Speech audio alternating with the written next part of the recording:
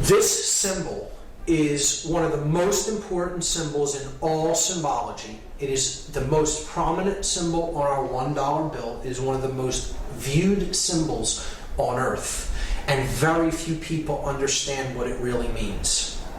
I'm going to break it completely down from top to bottom and go through each element and attempt to explain it as fully and as clearly as possible. This is the symbol of all the mystery traditions. Okay, very simply, it is the symbol of all occultism. Of course, it is Egyptian in its thematic representation and its symbolic representation. It is Egyptian, and there is a reason for that. We see the elements of the symbol being the words Anuit Coeptus at the top. Then we have a pyramid with its capstone missing. The capstone is cut off, so it is an incomplete pyramid. Atop the pyramid, as a two-dimensional slit in the sky, it could be seen, a two-dimensional opening or a rift in the sky. From behind that, we see an eye, and that eye is bathed in light. The pyramid is comprised of 13 courses of brick, the bottom of which has a date inscribed on it in Roman numerals, 9 Roman numerals. There is then a sash with the words Novus Ordo Seclorum written on it at the bottom. So we have to understand each element. Each element is here not by accident, it is there by design, and the makers of this sigil, because that's what this is. This is a sigil, which is comprised of many symbols. Put nothing on it by accident, and everything has a meaning in this. So let's start to break down the symbols one at a time. Anuit Coeptus is Latin. It means, Anuit means to favor or to look favorably upon. Coeptus is an enterprise, an undertaking, or a project, a work in progress, you could say. So Anuit Coeptus means he favors, could mean she favors, it favors our project. He favors our work. He favors our work in progress. Okay, so he favors our work is a good translation. Novus Ordo Seclorum is often hotly contested as to its meaning. Novus means new, Ordo means order or way, and Seclorum is the debated word. So I go to a Latin dictionary and I look up the word Saeclorum, S-A-E-C-L-O-R-U-M. This is because people will say Seclorum means of the ages. So I'm looking up the word Saeclorum, and that means age, generation, people born at a time, race, present time or age, century. So if this phrase said the new order of the ages, we should see an A in between that S and E there. It would say Novus Ordo Saeclorum, but it says Seclorum. So clearly that's not the definition. Many people will say that that's what it means. It does not mean of the ages. Okay? The word Seclorum is put into a Latin dictionary, and then you see it is a word modification, a truncation. CL is derived from CUL. So an internal CL might be rendered by CUL, thus giving us seculorum. And seculum, seculi, is a noun that means world, universe, secular, temporal, earthly, or worldly affairs, cares, or temptation.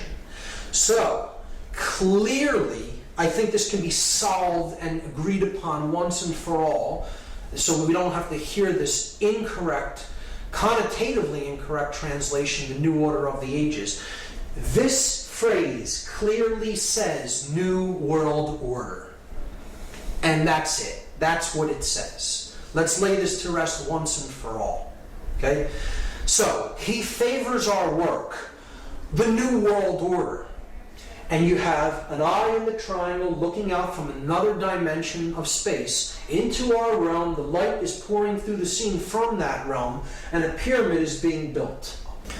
So, he favors our work, the New World Order. Who favors the work? What is the work? And what is the New World Order? So, clearly, this is the being that favors the work. This project is the work that's being done. Okay, this is the incomplete project. This is the date that the project could be begun or finished, depending on how we look at the seal.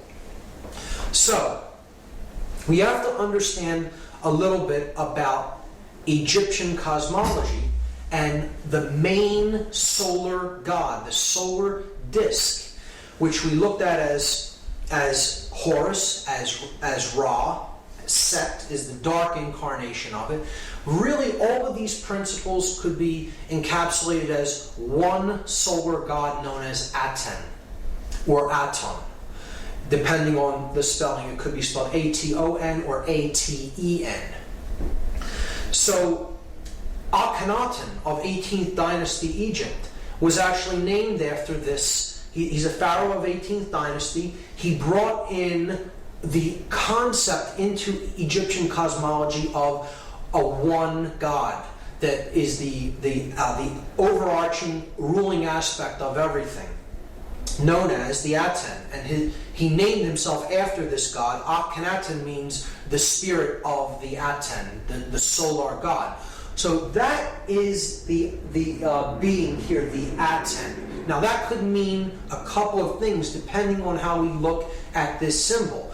But let's just let it be seen as it is the solar principle, the solar god, the god of light, the bringer of light. So it could be also seen as the word Lucifer.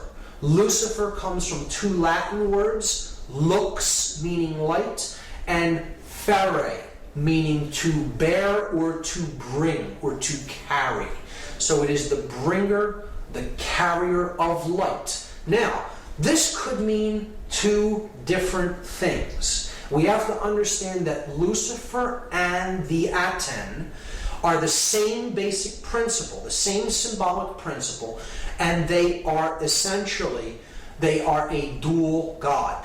There is a light aspect of the sun god, the one that brings true light of awareness. And then there is the dark aspect of light. So one can be truly illuminated and really possess the light, really possess the knowledge. And then there is one who can be born into the dark light.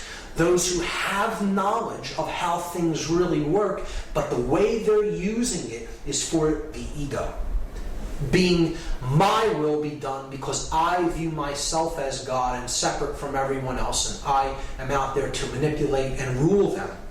So either way you look at that symbol there, it is the Aten or Lucifer. It doesn't matter whether you're looking at that symbolically as positive or negative, and I will go over both interpretations, both the positive and negative.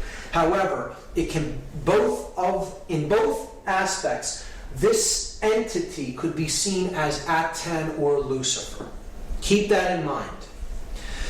If you take the compass and square symbol and place the apex at the top of this symbol and the base at the same base level where the pyramid meets the ground, you're going to see a very interesting thing emerge.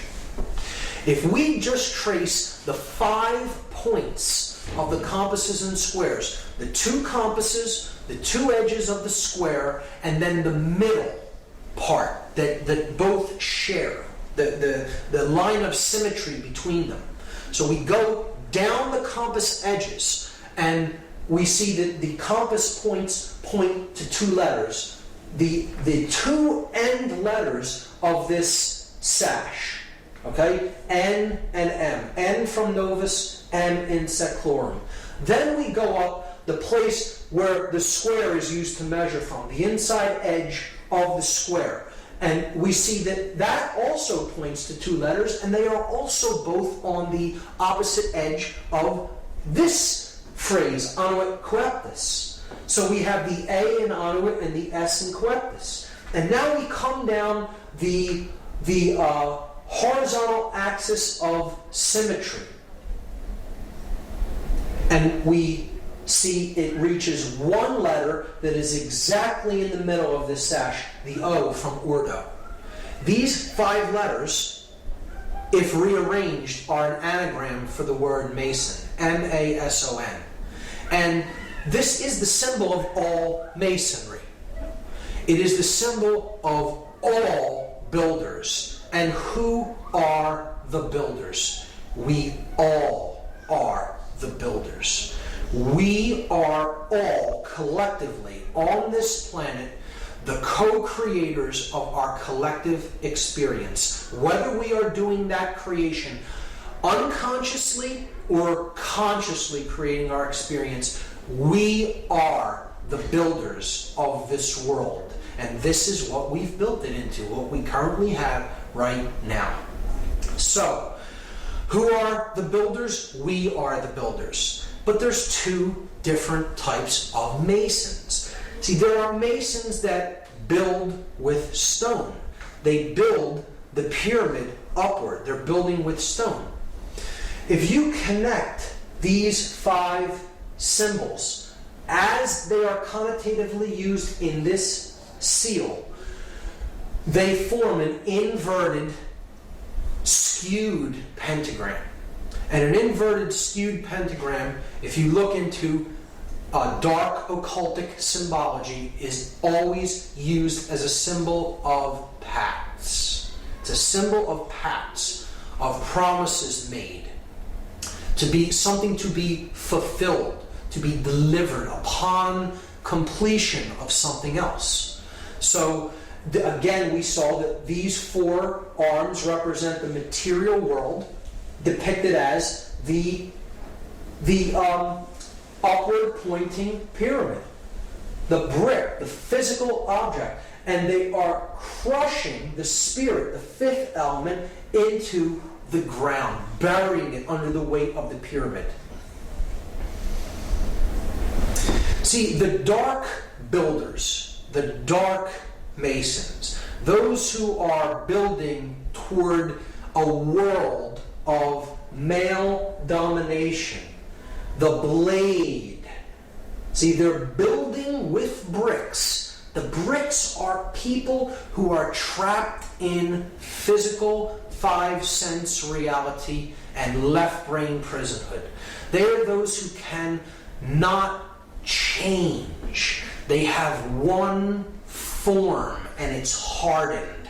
A brick was once malleable clay that could be shaped, molded, take different forms. It flows easily. Change comes easily to it. But when it is baked in the left brain, solar, male dominator consciousness, it becomes hard and immobile and immovable. It becomes a brick. And that's what the male dominator world is being built with.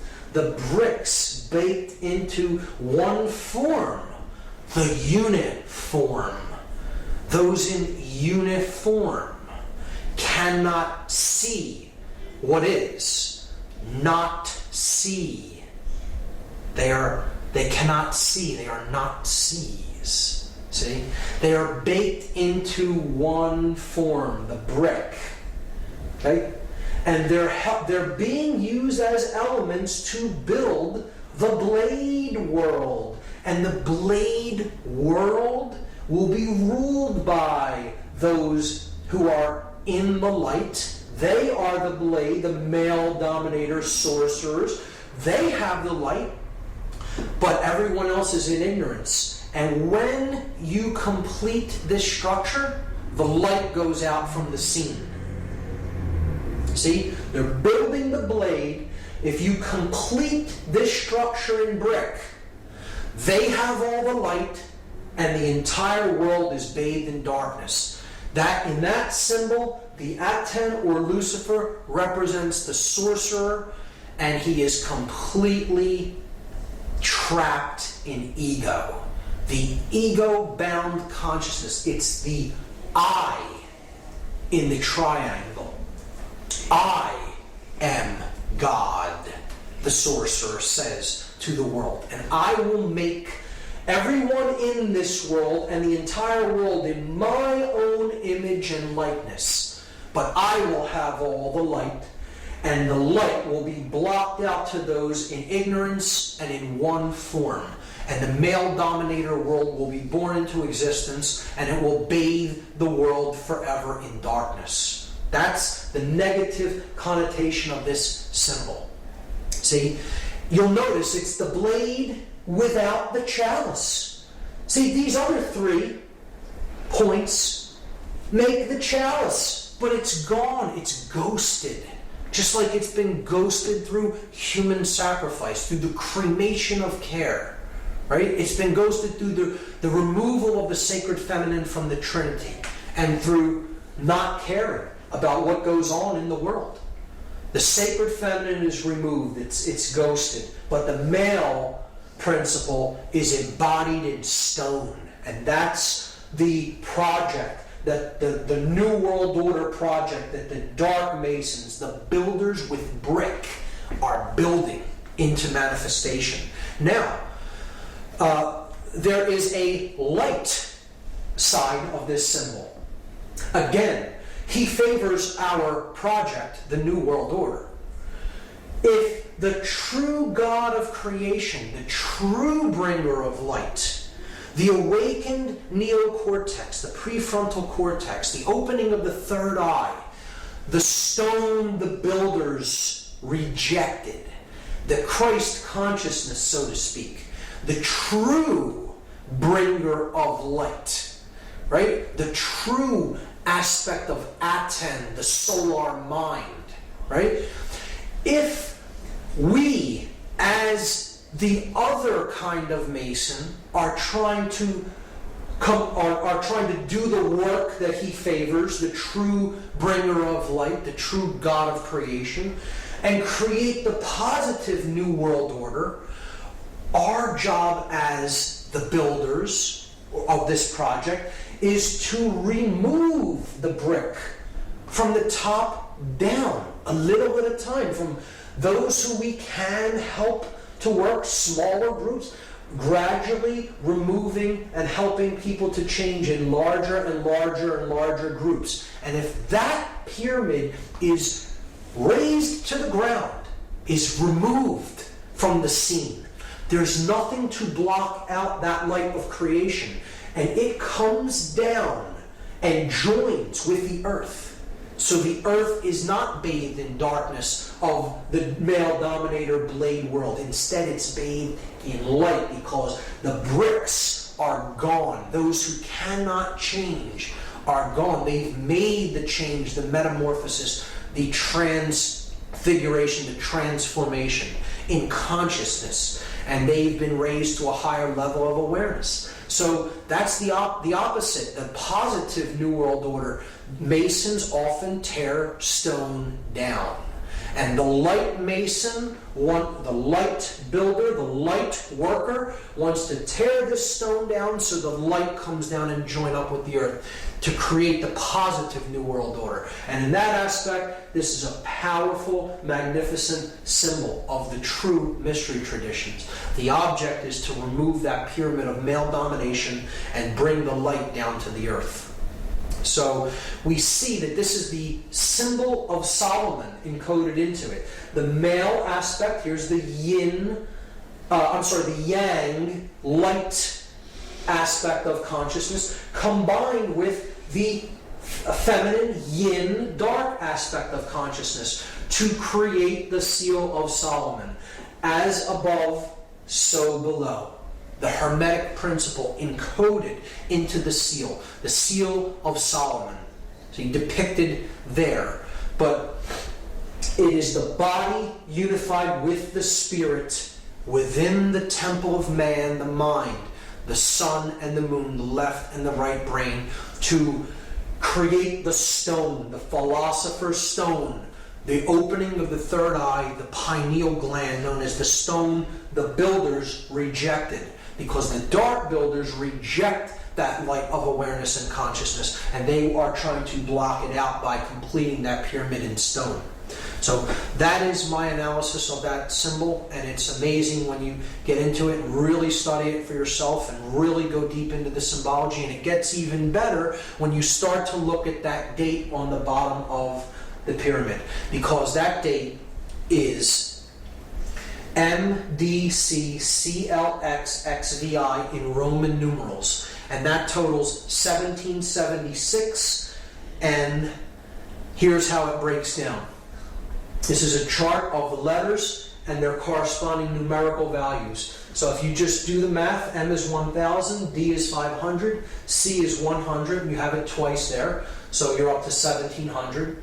L is 50, that's 1750. X is 10, which you have twice, so that's 1770. V is 5, that's 1775. And I is 1, 1776.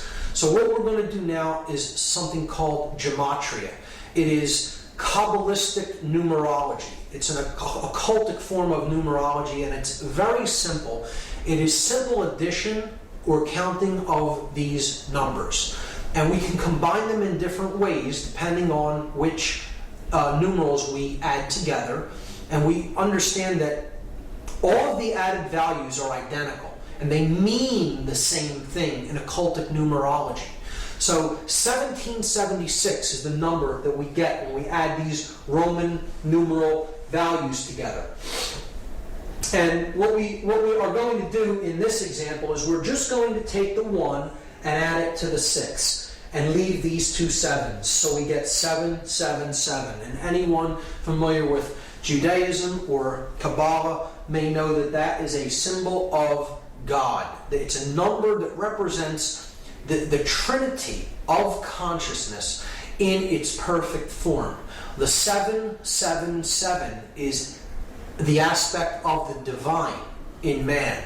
It is thought, emotion, and action, the three aspects of our consciousness, having reached the place of the gods, the 7 entities of the skies: the sun, the moon, Mercury, Venus, Mars, Jupiter, and Saturn. The 7 gods that can be seen with the ancient world, a representation of the 7 chakras of energy in the body. So 7 is a symbol of completion, perfection, and God. It tripled is a representation of God. So if we add the 3 7s together, it totals 21. And 2 plus 1, this is the parents and the child, the father and mother, the creator God and the sacred feminine, and the divine child. And then that totals 3. 2 plus 1 is 3. So all of these values can be seen as identical, or they mean the same thing. They are numbers that represent God, or completion, perfection. The divine has been awakened and realized. So they can be used interchangeably in systems of occultism. And again, 3 being a number of unity, of unification of thought, emotion, and action, the triune being, the 3-in-1 God, right? The Trinity. So what I'm going to do in this study of gematria is I'm going to take these letters, because gematria is a combination of geometry and mathematics. Geometry, Gea, earth, the measure of things, the measure of the earth, the mother, right? And matria, mathematics, the mother science, after Ma'at from Egypt, the mother goddess. So gematria is a combination of geometry and mathematics. So we have all the elements in place. We have the math aspect is covered by the Roman numerals that represent value or mathematics, and we have the shape that's given by the triangle shape or the pyramid shape. So we're just going to combine the two. by taking, we have 9 letters, and we're given a shape that has three vertices. So we're just going to duplicate the shape 3 times, and we're going to place the letters at the vertices of the shape. So we'll start with M and put it at the top of the first triangle, and then D, C at the base, and then repeat it 3 times. M, D, C, C, L, X, X, V, I. And now we're going to substitute the numerical values for the Roman numerals. So we get this. We get 1,000, 500, 100. 100, 50, 10. 10, 5, 1. So you see a pattern emerge there. At the top of the pyramid, in every example, we see a clear pattern. 1,110. Now, in mathematics, those are known as powers of 10, or powers of 10, at 10, powers of at 10, at the top of the pyramid.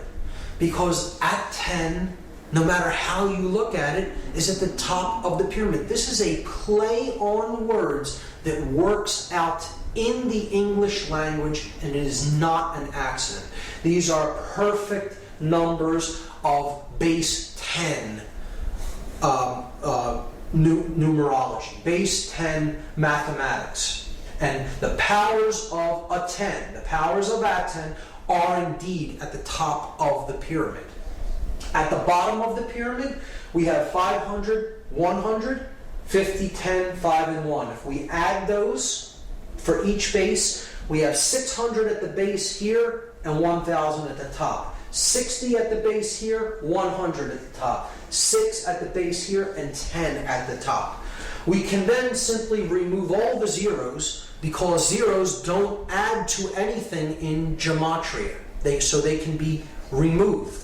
So we see that it simply boils down to this. 1's at the top, 6's at the bottom. And now we can combine them into one pyramid. And you have at the top 1, 1, 1, where the 3 pillars, the 3 aspects of consciousness, thought, emotion, and action, the 3 pillars of Freemasonry. At the bottom, 666, 666, the number of beast or base consciousness. And noticing that 3 correlates to 777, because if you add 777, you get 21. If you add 2 plus 1, you get 3. So 777 and 3 are identical. So you could simply substitute 777 for anything that totals 3, like 1 plus 1 plus 1. 1 plus 1 plus 1 is 3, so we could simply put 777 up there and substitute for 111. They're identical because they both add to 3. So we have God at the top, the light, the beast or base consciousness of illusion and identification with the physical world at the bottom of the pyramid, captured in stone, in one form that cannot change. Illusion, ego identification. So if now we reduce them again. So we add 7 plus 7 plus 7, we get 21. We add 6 plus 6 plus 6, we get 18. And this is what is meant by counting the number of the beast. That's what we're in the process of doing. It's a prescription for gematria given in the book of Revelation in the Bible. We add 21, and of course, as we saw, that totals 3, the number of God, and 18, 1 plus 8 totals 9, the number of ego and illusion. Why is 9 the number of ego and illusion? Well, here's why. The number 9 has very significant mathematical properties, and they are shown to us in addition to the number 9 and in multiplication of the number 9. So this side of the table is an addition table. This side of the table is a multiplication table. 9 plus 1 is 10. 1 plus 0 reduces to 1. We're simply adding the final result, the digits of the final result together. So look, we're back at where we started adding to 9. 1. So adding the 9 was like adding 0. Okay? 9 plus 2 is 11. 1 plus 1 reduces to 2. It adds to 2. So we're back to 2. So again, adding the 9 was like adding a 0. You do this with any number. 9 plus any number gets you back to the same number once the result is added together, or what is called in gematria reduction. You're reducing a two-digit or three-digit or four-digit value down to one number. You will ultimately come back to the same value that you started with, because to add 9 is to add illusion, or to add ego, or to add base consciousness. And when you add the beast, when you add base consciousness, you can never affect any change in value. You bring no value to the equation. You are adding 0. You are adding nothing. You are adding illusion. Now, the multiplication of 9 is a different result.